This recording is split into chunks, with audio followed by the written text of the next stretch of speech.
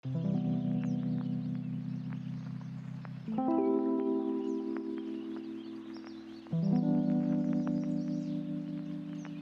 guys, welcome back to my channel, and if you're new here, my name is Hannah Renee. It is so nice to meet you, and this is Young Womanhood 101, where we share about healthy lifestyle, self-care, homemaking, and all of the above. So I would consider today's video a self-care video because it's all about books. I normally only do one book video a year, and it is my reading wrap-up for the whole year. So I'm going to share all that I read. I'm going to share my ratings and a quick synopsis for you in case you're interested in reading them. So without further ado, let's just jump right on into this video. The first book that I started and read in January, it only took me a week because it's very short, was Normal People by Sally Rooney. So this book, since this was so long ago, I don't really remember. It's about Connell and Marianne growing up in a small town, and then there's this friendship, this fascination, they love each other. It's all kind of like a growing up, coming of age story and just how their paths intertwine throughout their life. I rated this book 2 stars because it was not entertaining to me. Like, I wasn't invested enough in them as characters to want to be involved in this story. And also the story didn't have a beginning or an end. And I know that Sally Rooney's writing is for specific people and not everybody likes it, but that was my synopsis of that. So you may like it if you don't like traditional books, or you may not if you're more of like a romance reader, which is what I am. Next book is Love in Other Words by Christina Lauren. I rated this 4 stars.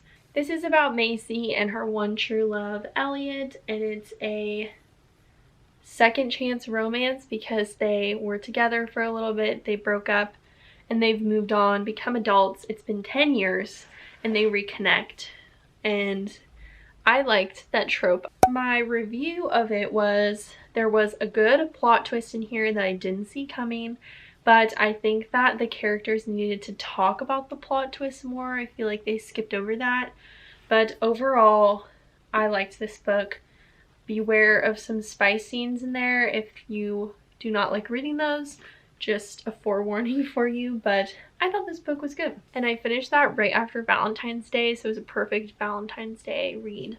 This book I finished in March. This is a nonfiction Christian book called The Ruthless Elimination of Hurry by John Mark Comer. So this is really just about how slowness and stillness is a spiritual practice, and it's something that is countercultural to us in the Western world, and we have a really hard time with this practice that Jesus himself is calling us to. So it is really insightful, really good. I will reread it again and again. So if you are interested in something like that, this is 5 stars for me. I will always recommend this book. Next, we get into Fourth Wing by Rebecca Yara. So this was kind of my first dabble into the fantasy world, if you will. This is a hefty book. So romance books are normally 300 to 350 pages. This one was 517. This was a monster for me, but let's see. It only took me 1 month to read, which is pretty good considering it's a lot larger than the romance books that I read. But this follows Violet Sorrengail, who is entering the Writer's Quadrant, a war college in her world, in this fantasy world, and she has to fight against all odds because she's weak and nimble and is not really the war rough type, but she works her way up. And there's a romance in here. So my review was 5 stars, and I'll read you the exact review I put in Goodreads. I said, "You're freaking kidding me. The romance, the action, the storyline, I'm obsessed." So that, I think, sums it up for you.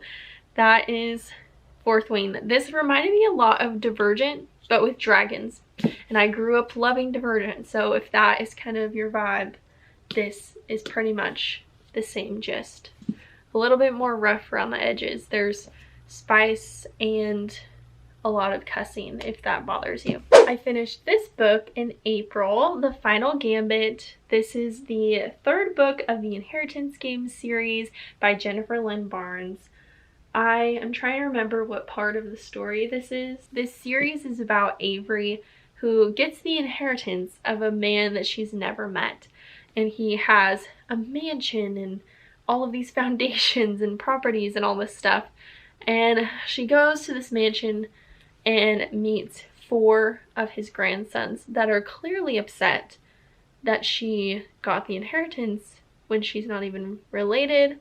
And also the dead guy's kids are upset, so everyone's upset. Everyone is trying to figure out why, and it's all a mystery. So I also read Nancy Drew growing up, so that's why I loved this series. This was kind of the culmination of everything that has happened so far. This was so good to me. I rated it 5 stars. I just love this series as a whole.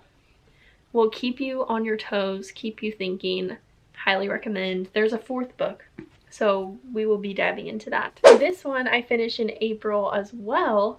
This was Better Than the Movies by Lynn Painter, and this is definitely more of like a young adult high school romance, but it was about Liz and Wes, who are enemies to lovers kind of trope here, but it's definitely set more in a high school situation. But I loved the classic rom-com vibes of this book. Even if it's predictable to me, I still loved it.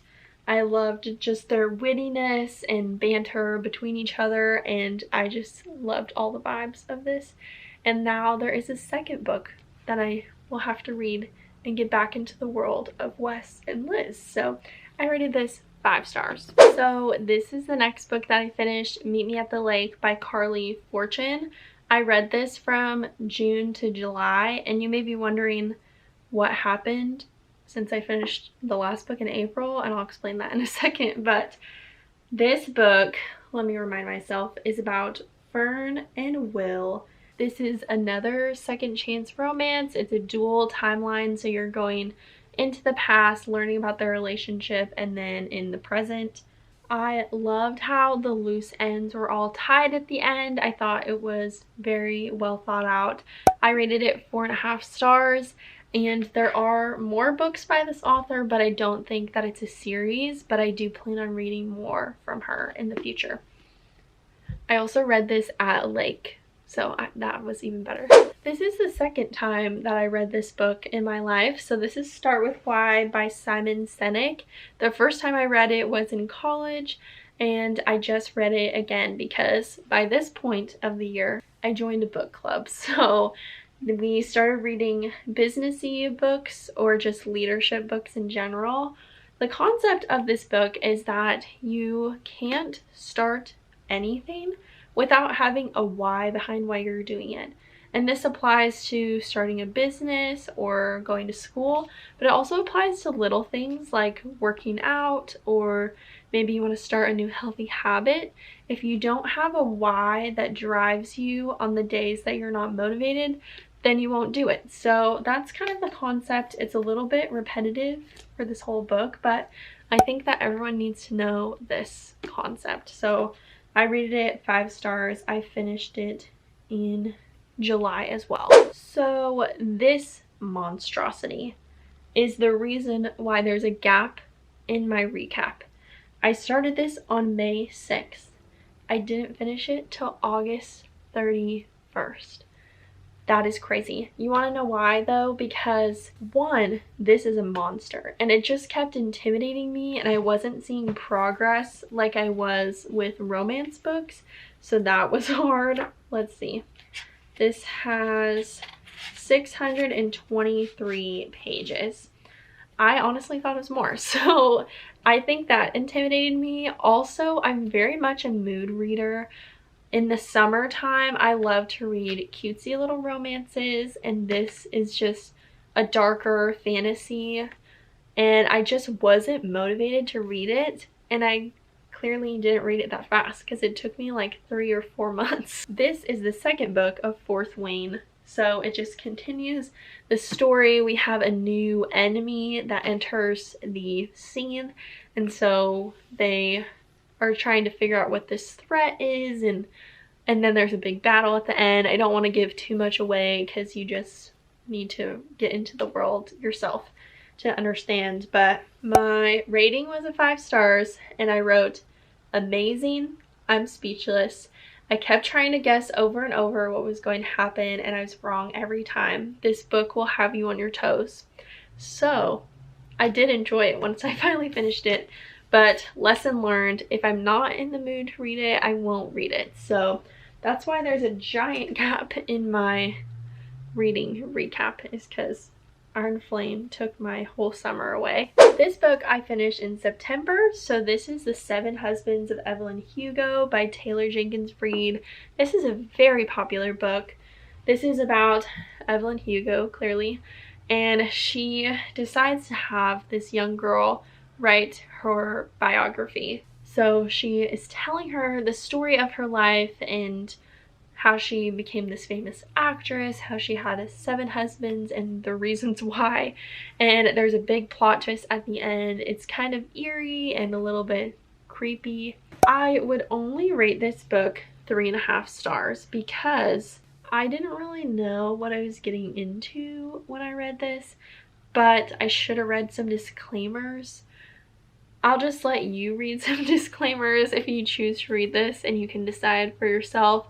But I really enjoyed the complexity of the characters that she writes. There's just always another side, people that are doing evil things. There's like a motive that you don't know about, and I just enjoy that complexity behind the characters that she writes. This is when I started getting into my fall reads. This is The Pumpkin Spice Cafe by Lori Gilmore. Obviously, this screams fall. It's beautiful. It has just been all over the internet this year, and I've probably seen it in years past, but I finished this in October. This is just your typical cheesy Hallmark storyline. That is clearly what it is. I kind of felt like it was based off of Gilmore Girls. There's a lot of similarities between the characters and the setting. The setting is Dream Harbor, which sounds a lot like Stars Hollow, so I felt like it was very inspired by that, even though she didn't say that. It just seemed a lot like those kind of vibes. So it's very much cheesy, rom-com-y. The trope is happy-go-lucky girl, grumpy farmer guy. That's kind of the trope. So if you like that kind of stuff, I recommend reading this because you will eat it up. I rated it 3 stars though because I felt like the last 50 pages were completely unnecessary. She just like wanted to add a spice scene for no reason, and I was like, they already got together. We've already seen some of this. Why was this here? I don't know.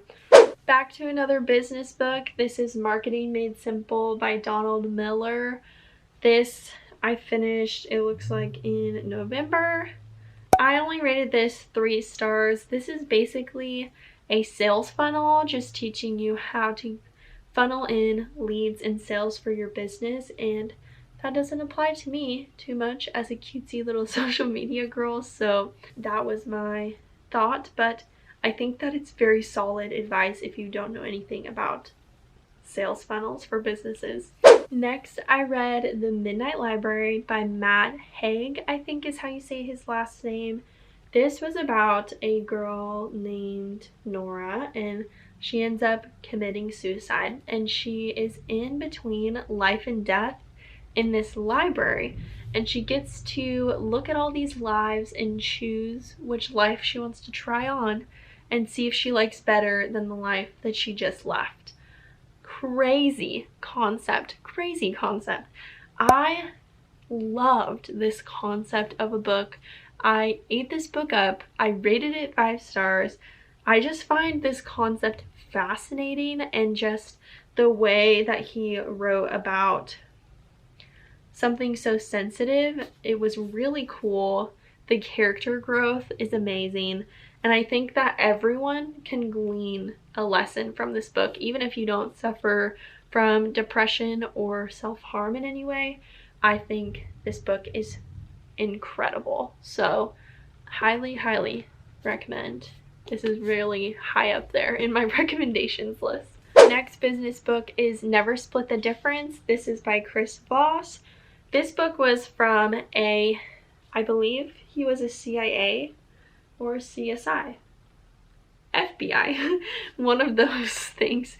He was an FBI kidnapper negotiator. So he negotiated with kidnappers to get the victims back home safely and with minimal amount of money, which is cool, super cool. So he's sharing how to negotiate using FBI negotiation tips in a business setting.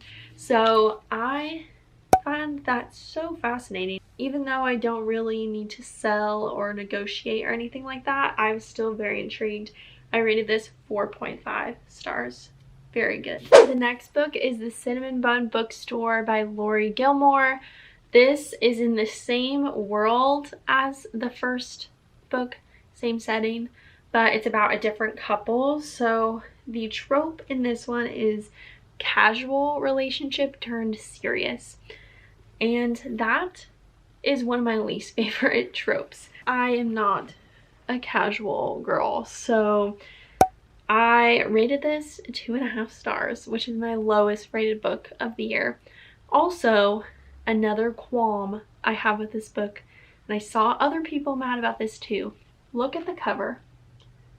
This book is set in the summertime. How could you tell me when you're looking at the cover that this book is set in the summertime? It was all about their summer adventures and doing silly little things, and it looks like this. That is my qualm with it. I read this in November and was not getting the summer vibes at all because I wanted a fall cozy book, so that made me angry. This was my first Christmas read of the year. I read 2 because this was very small, but this was All I Want Is You by Fallon Ballard. I finished this one in the beginning of December. This is an enemies to lovers, second chance romance trope, which I really loved that. It's about Nick and Jess, and I thought that's so silly. Like the New Girl characters, because that's my favorite TV show. And she actually identifies that similarity in the book, that they are named after the New Girl characters, which I thought was funny. My rating was 3.5 stars because it is super spicy. This little tiny book. So be forewarned. If you're not into that, don't pick it up. There's other good Christmassy books out there. My second Christmas read of the year was The Christmas Tree Farm by Lori Gilmore again. This was a slow burn romance trope. I haven't read that this year, but I really liked that one. It was about Kyra and Bennett, and also in the same town as the other books. So those characters pop in as side characters, which I think is cool. I think that the storyline and the characters in this book seemed way more believable and realistic than the first 2. So I rated this one 4 stars because I just felt like this was not as, I mean, it's still Hallmarky, but just not as cheesy. I did like this one more. The last physical book that I finished this year is Atomic Habits by James Clear. I started this one in March, but I finished it in December. The reason why it took me so long to read this is because I purposely was going slow through this book so that I could soak in all the information. This is very much about the psychology of habits, why we have bad habits, why we don't have good habits, and how you can create those. The main premise is that you should only make one small change every day because that is the best way to make sustaining change in your life. So I found this very fascinating. I learned a lot and I rated it 5 stars. A few other books that I actually don't have in my possession, but I read this year. I read So What? How to Communicate What Really Matters to Your Audience by Mark Magnica. I rated this 3 stars. This was for my business book club and I read this in August and I don't even remember what it was about, so can't tell you anything about that. You'll just have to read it for yourself. Very sorry. This next book I finished in December for the end of the year book club. This was The Conquering Creative by William Warren. I think this is a great book for creative entrepreneurs, people that want to make their creative passion their business. Each chapter lays it out so easily for you so that you know what you need to do to start a business and the typical pitfalls that creatives have when it comes to starting their business. So I rated this 4 stars because I felt like it was very easy to follow and very informational. The very first book that I read this year, I lied.